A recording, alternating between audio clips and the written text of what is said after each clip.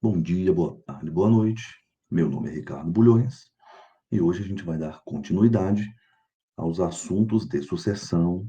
Essa é a aula 4 de conteúdo, aula 3. Nós estamos trabalhando com a base, com o início do direito sucessório e eu vou dividir a tela porque nós vamos construir conteúdo. O nosso tema de aula de hoje é administração da herança. Então venha comigo. Da administração da, da herança. Pois bem, deixa eu botar o nosso formato e bora lá. Esse é o nosso tema de aula de hoje. Que coisa legal.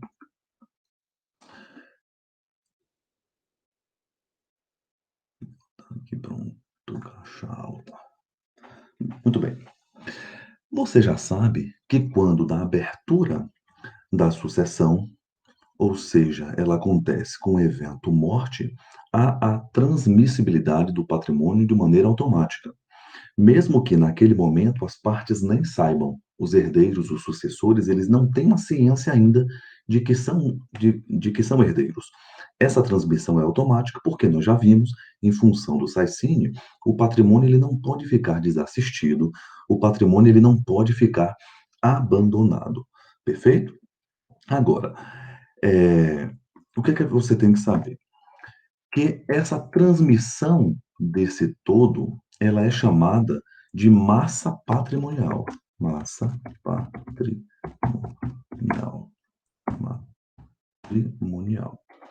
E o que é essa massa patrimonial? Ela é a formação, e a gente pode construir isso, de um todo abstrato. Ou seja, quando o decujus, quando o indivíduo ele falece, no momento da abertura da sucessão, transmite-se automaticamente o todo. Aquilo que o sujeito tinha enquanto ativo, aquilo que o indivíduo tinha enquanto passivo. Se o indivíduo tinha obrigações a cumprir, estas obrigações também serão transmitidas.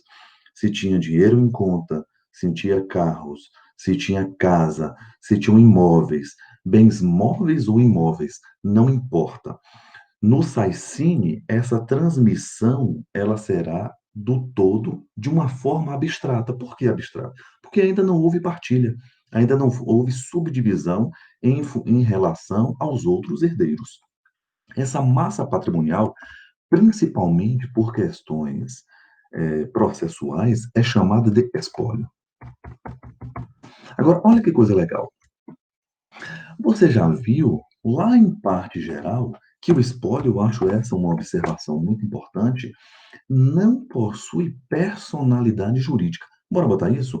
O espólio não possui personalidade jurídica. Ela não possui. Mas tem capacidade processual. Isso é muito importante. Mas, eu acho que eu vou botar até. Mas possui capacidade processual.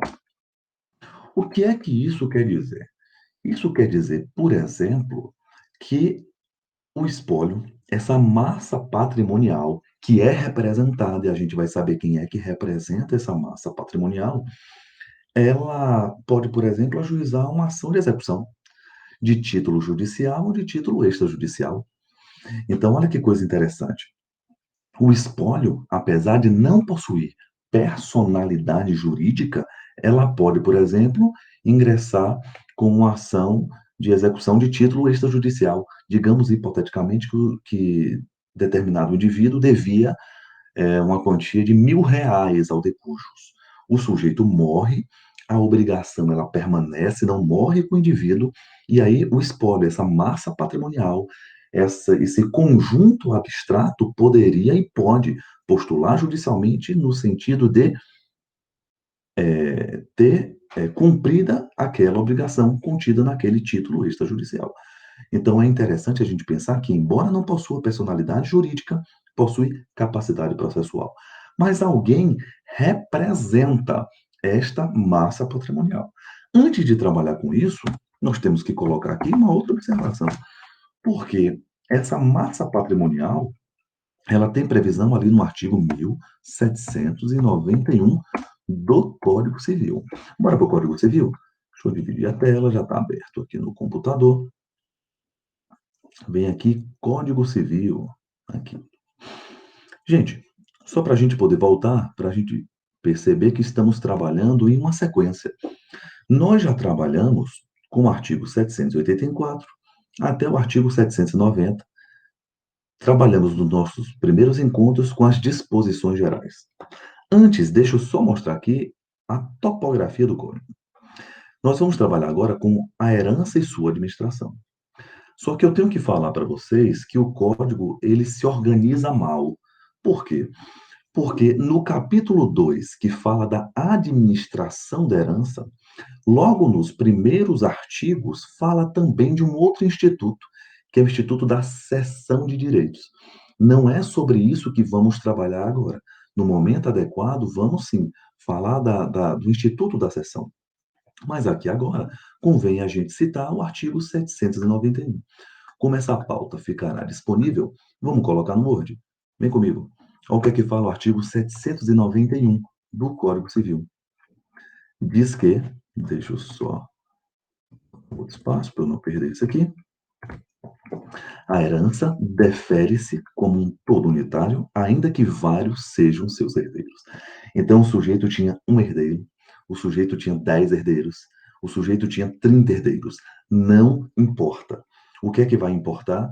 Que essa massa patrimonial, enquanto não houver uma subdivisão, enquanto não for partilhada, ela será transmitida unicamente de maneira abstrata para todos os herdeiros. Isso é muito importante. Aí você pode me perguntar, isso significa dizer que todos são donos? A resposta para isso é sim, todos são donos. Se todos são donos, significa dizer que as normas de gestão serão as normas de condomínio. Enquanto não houver partilha, utiliza-se as normas relativas a condomínio, porque são todos os donos, perfeito? Todos são possuidores, tá? Que vai dirimir determinado conflito que possa existir em relação àquela massa patrimonial. Agora, é importante. Se você já sabe que com a abertura da sucessão, ou seja, o evento morte, a transmissibilidade defere-se, é isso que fala ali o artigo 791, como um todo, porque ainda não foi feita a partilha, ainda assim, entendendo que é um condomínio, em um condomínio, alguém administra o condomínio. Não são todas as pessoas que têm poder de gestão no condomínio. Nós temos um representante do condomínio para poder gerir os interesses dos condôminos. Aí você pode estar me perguntando, quem administra? Quem é que vai administrar o condomínio?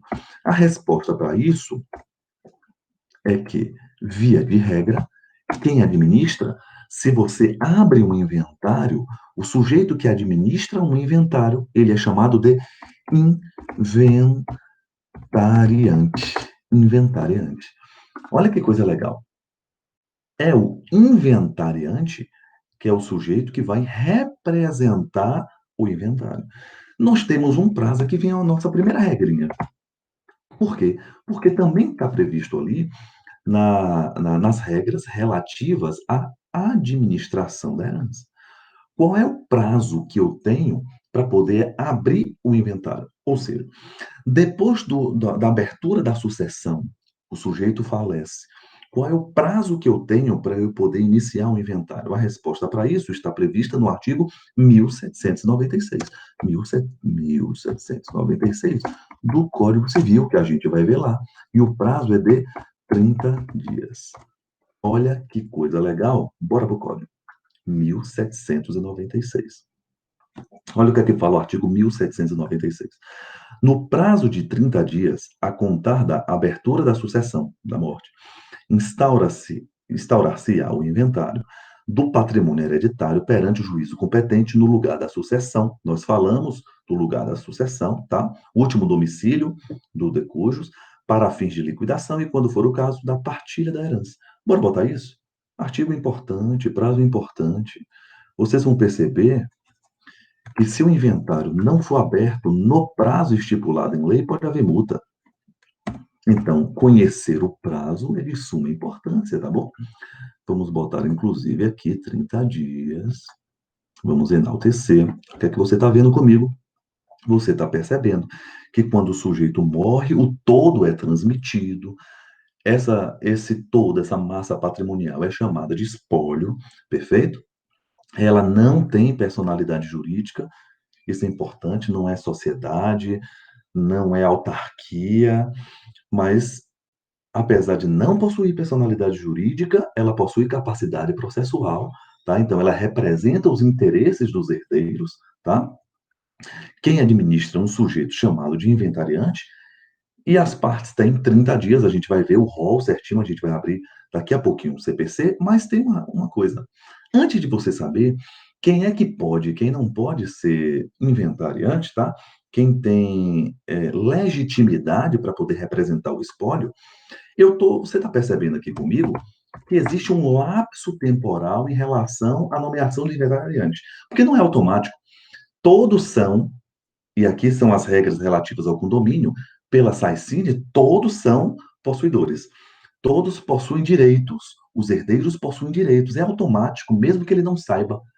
Naquele momento, não é necessário sequer a manifestação de vontade do indivíduo, porque ele pode renunciar à herança. A gente vai ver daqui a pouco, nos nossos próximos encontros. Mas, até este momento, independente da manifestação de vontade, aquele patrimônio já é do indivíduo. Agora, olha que coisa legal. E é importante você saber disso. Até que seja nomeado inventariante, quem nomeia é o juiz, tá? Via de regra, tá? Quem nomeia o juiz, você tem que saber, e aqui eu acho a gente tem que falar que é muito bacana, as regras previstas no artigo 1797 do Código Civil.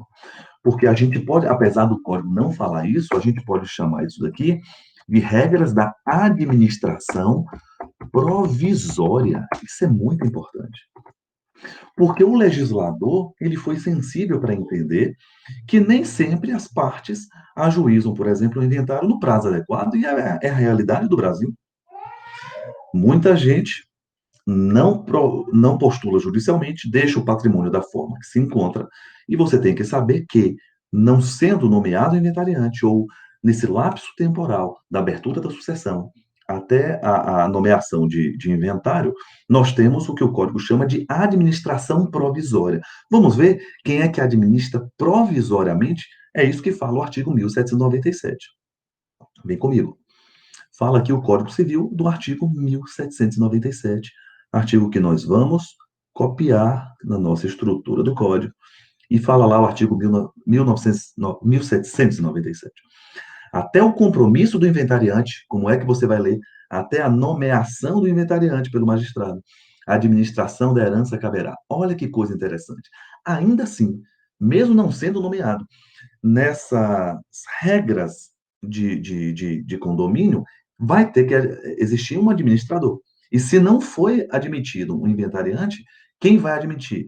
Olha, perceba que é sucessivamente. Primeiro eles, perfeito? Primeiro, o cônjuge ou o companheiro, tá? Se, como o outro, convivia ao tempo da abertura da sucessão. Então, companheiro ou no casamento, não importa, será o indivíduo que vai administrar. Depois, aos herdeiros, que estiver na posse e administração dos bens, e, se houver mais de um, como é a realidade, digamos que numa casa convivam ali, sejam possuidores 10 filhos. Então, se o sujeito tem 10 filhos, quem é que vai administrar aquilo dali se não tem companheiro? O Código também já coloca ali na sua parte final o mais velho. Se mais de um nessas condições, o mais velho é quem será o representante daquela massa unificada. Se nós não tivermos, vai ser o testamenteiro. E, se ainda assim você não tiver companheiro, você não tiver herdeiros, o sujeito não fez testamento, não tem testamenteiro, ainda assim, o magistrado, ele vai indicar pessoa de confiança, tá? Na falta ou na escusa, né, a pessoa pode se negar, ou quando tiverem se afastar por motivo grave, levado ao conhecimento do juiz. Então, perceba que aqui nós temos uma lógica, né? É, o magistrado, o Código Civil, o legislador, ele foi sensível para entender que naquele primeiro momento, provisoriamente, vai administrar o companheiro, depois os herdeiros, se tiver mais de um, o mais velho, se não tiver ninguém, aí sim, você vai ao testamenteiro, não tem testamento, aí você deixa a cargo do magistrado poder indicar alguém. Perfeito? Vamos copiar isso daqui para que a gente possa botar na nossa, nos nossos tópicos. Mas, aqui eu vou botar o tópico 3, se eu não me engano, é o tópico 3, é isso que você está vendo para mim. Prazo importantíssimo, administração provisória, nós já estamos entrando nisso. Você já sabe quem é que administra, importantíssimo isso daqui. Agora, a gente vai saber quem pode ser inventariante. Ordem de inventariante. Quem pode ser inventariante? E a gente vai para o CPC. Observação aqui, ó. Artigo 617 do CPC, do novo Código de Processo Civil. Vem comigo, bora ver quem pode ser inventariante. O CPC já está aberto. Olha que coisa legal. Eu vou colocar também, porque logo na sequência, tá, o CPC fala das obrigações relativas ao inventariante. E aí a gente vai ler só. Eu vou colocar também nos nossos tópicos, mas olha que coisa legal. Fala aqui o CPC, tá? O direito adjacente vem complementar o direito material e fala: o juiz nomeará inventariante na seguinte ordem. Perceba que existe a mesma lógica do direito material, tá? A mesma lógica que nós vimos no artigo 1797, a gente também vai perceber aqui no artigo 617. Então fala aqui o artigo 617 do CPC, que o cônjuge ou companheiro do sobrevivente, o herdeiro, a gente já viu, tá? O que se achar na posse da administração do espólio é a mesma, o mesmo, é quase que a mesma, as mesmas palavras. Qualquer herdeiro, quando nenhum deles estiver na posse do bem, o herdeiro menor, por seu representante, o testamenteiro, se houver acessão ou legatário, o inventariante judicial, a pessoa estranha, idônea, quando não houver inventariante judicial. Então, olha que coisa legal. E ainda traz um prazo, mas tudo isso daqui a gente vai ver passo a passo quando a gente for entender todo o procedimento. Então, aqui você já sabe qual é a ordem, deixa eu copiar desde aqui, a ordem de indicação. É lógico que, a depender da situação, as partes podem convencionar. Excelência, o herdeiro, ele é melhor, porque a parte não possui instrução, ou se nega a ser, isso é possível, tá bom? Vou botar aqui bonitinho, para ficar bem formatadinho, e você já sabe. Agora, quais são as obrigações? A gente vai falar de responsabilidade. É o próximo tópico. Quais são as responsabilidades do inventariante? Responsabilidade. A primeira coisa, antes da gente ler, ó, a sequência ali do CPC, artigo 618, 619, você tem que saber comigo que o inventariante, isso é muito importante, ele será, antes da gente ler ali, tá? Porque aquele rol, ele não é um rol taxativo, é meramente exemplificativo. A responsabilidade do inventariante em relação ao espólio, ou seja, o sujeito que administra aquela massa unificada, o indivíduo terá responsabilidade.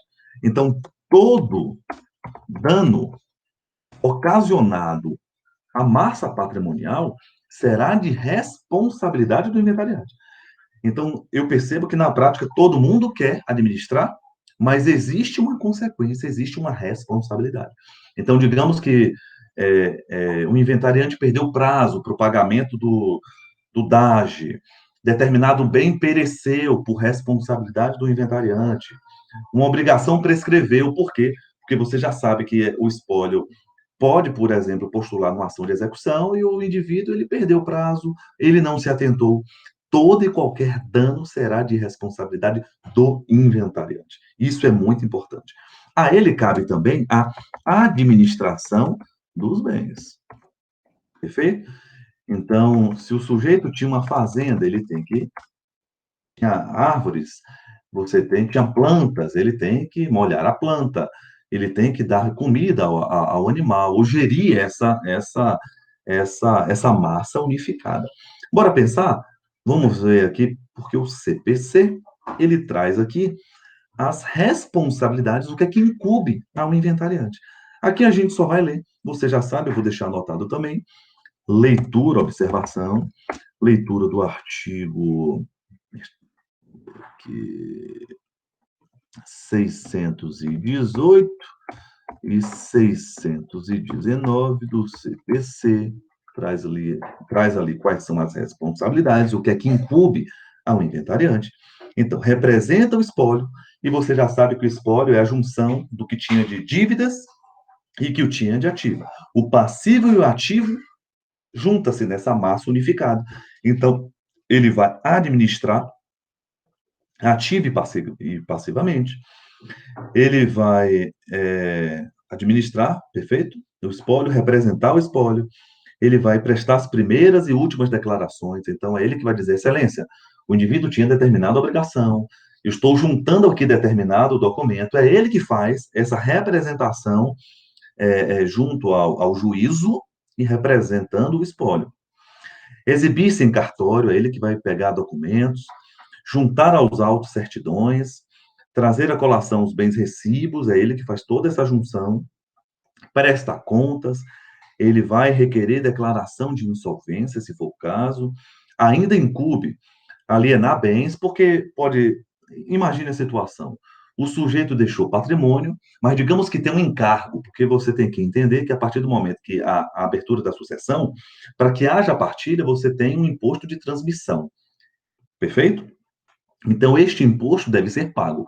Se você não pagar o imposto de transmissão, o inventário ele não será finalizado. E ocorre em várias situações do sujeito deixar patrimônio, mas o imposto de transmissão ser muito alto que as partes não têm condição de pagar.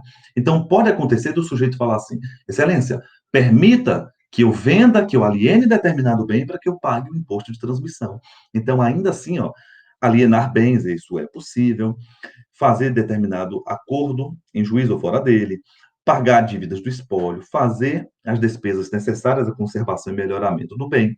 Então, todas estas são, e entenda que as obrigações não são só estas formuladas no artigo 618 e 619. A gente vai voltar aqui. Por quê?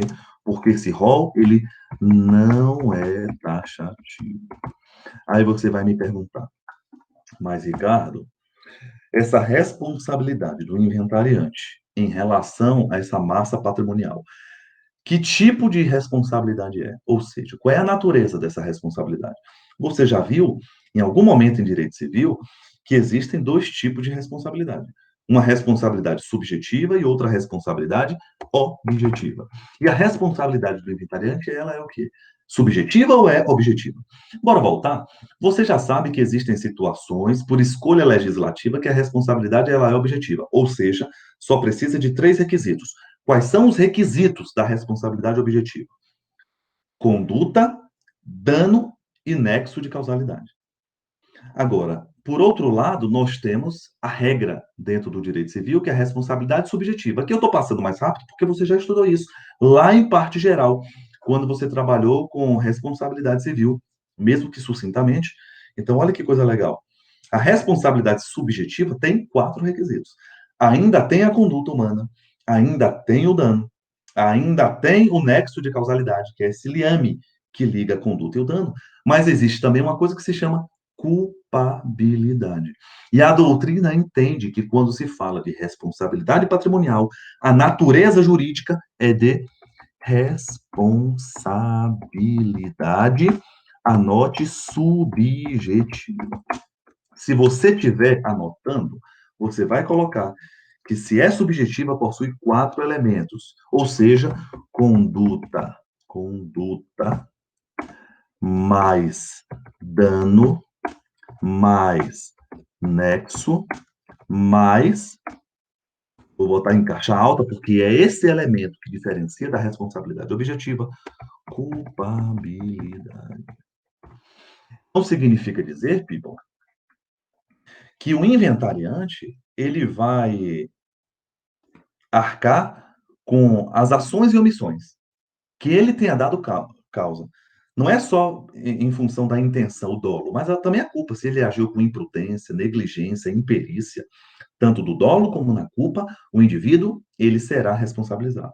Aqui cabe uma observação, apesar de não ser objeto da nossa disciplina, que toda vez no direito civil que se fala de culpa, engloba-se ali o dolo e a culpa, perfeito? Então, quando a gente pensa em culpabilidade, nós estamos valorando ali a intenção do indivíduo, mas também a imprudência, a negligência e a imperícia. Olha que coisa legal nós estamos trabalhando aqui hoje. Você está vendo comigo que quando há abertura da sucessão, há transmissão em função do SAICINE, você já sabe, da massa patrimonial. Essa massa patrimonial, para fins processuais, é chamada de espólio, tá? Esse espólio não possui personalidade jurídica, mas tem capacidade processual. Tá? Por quê? Porque ele pode representar os interesses. Você já sabe que quem representa, quem fala, aliás, pelo espólio é o, via de regra, inventariante. Porque é ele que administra, tá? É ele que responde. Se tiver algum dano ao espólio, você já sabe que é o inventariante que vai responder. E é ele que vai administrar, é ele que vai se comunicar com o juízo. Excelência, aqui estão as documentações, aqui estão os comprovantes, aqui estão aqui está o pagamento do traje. Excelência, eu estou precisando vender determinado bem em função disso, disso e disso. Excelência, eu não entendo nada de fazenda. Você pode falar isso? Vamos pensar aqui de maneira mais prática. Não entendo nada de fazenda. Excelência, se eu for esperar até o final do processo para que seja vendido, o patrimônio ele vai se deteriorar. É de responsabilidade do inventariante, portanto, falar isso para o juiz, para que, por exemplo, o juiz autorize, então, venda a fazenda, tá? E deposite essa quantia em juízo. Isso também é possível. Você tem uma liberdade, porque o rol ali presente no Código de Processo Civil, ele não é taxativo, e você já sabe disso. A administração, ela deve ser bem feita. Enquanto não for formulado o inventariante, você já sabe que nós chamamos isso daqui de administração provisória, e aí a gente vai ver ali o rol presente no artigo 1797 do Código Civil, tá? A responsabilidade, ela é subjetiva, perfeito? Quem fala isso aqui é a doutrina. E agora a gente vai falar, o último tópico da nossa aula de hoje é acerca da sucessão estrangeira. Sucessão. Que a gente falou na última aula. Estrangeiro. Olha que coisa legal. É possível que o indivíduo, por exemplo, ele tinha bens espalhados. Ele tinha bem na Espanha, em Portugal e no Brasil. Residia no Brasil.